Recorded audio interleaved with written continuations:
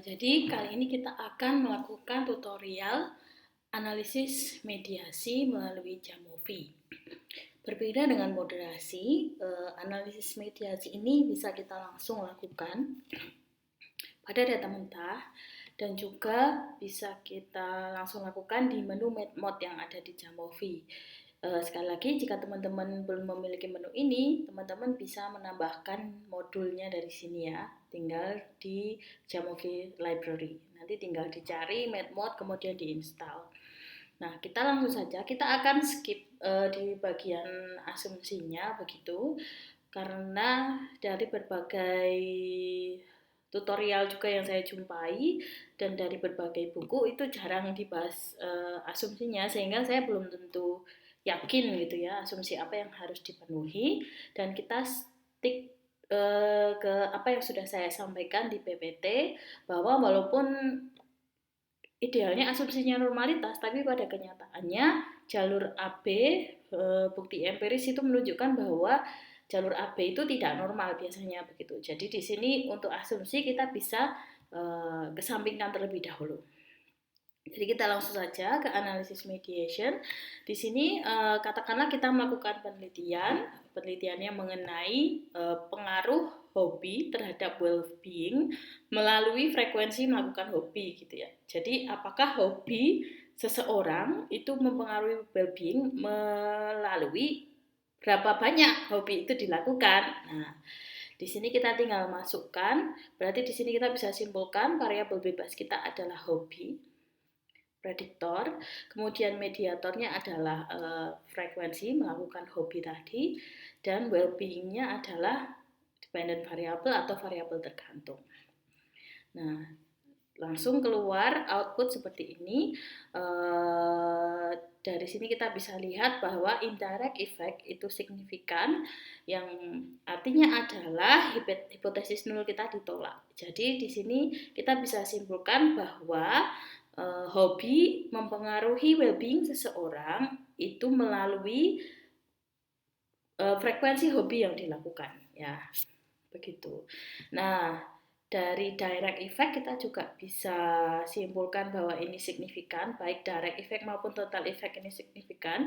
Jadi hobi ini tetap mempengaruhi well-being dengan mengontrol frekuensi melakukan hobi, dan total effect hobi ini juga mempengaruhi well-being tanpa kita mempertimbangkan apakah hobi itu dilakukan atau tidak gitu. Oleh karena itu di sini kita bisa simpulkan bahwa yang terjadi di sini adalah partial mediation ya. Jadi sebenarnya tanpa hobi dilakukan, hobi itu sudah mempengaruhi well-being seseorang. Nah, tapi sebagian dari situ melalui dari ketika dilakukan ya, ketika hobinya itu dilakukan. Begitu. Kita bisa simpulkan bahwa mediasi bersifat signifikan. Nah, kita bisa misalnya melihat path estimate dan estimate plotnya untuk melihat jalurnya begitu. Nah, ternyata hobi mempengaruhi frekuensi hobi ini juga signifikan. Jadi misalnya kita hobi berenang, kita bilang kita hobi berenang, semakin kita hobi berarti frekuensi melakukan hobi itu kan juga semakin besar begitu. Ini signifikan.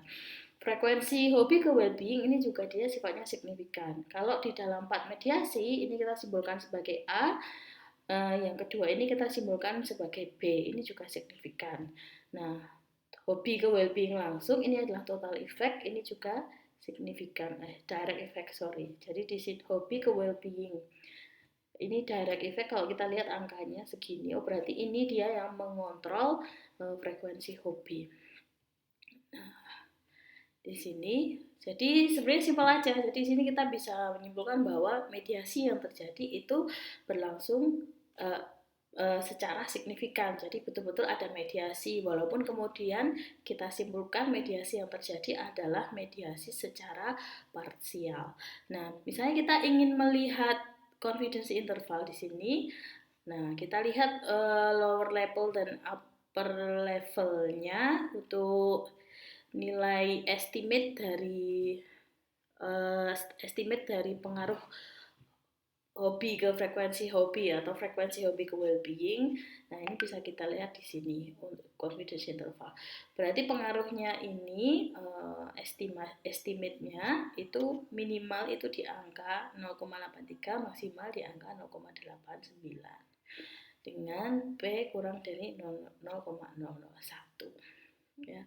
Kalau misalnya teman-teman ingin melihat berapa persen mediationnya, jadi di sini pengaruh mediasi ini untuk tadi mediasi ini dia sebesar 65,4%. Gitu ya.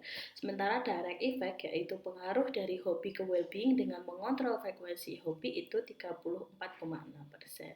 Nah, nanti silakan saya akan memberikan bagaimana cara melaporkannya di BPT. Silakan teman-teman pelajari, nanti silakan dilaporkan sesuai dengan format yang sudah saya bagikan.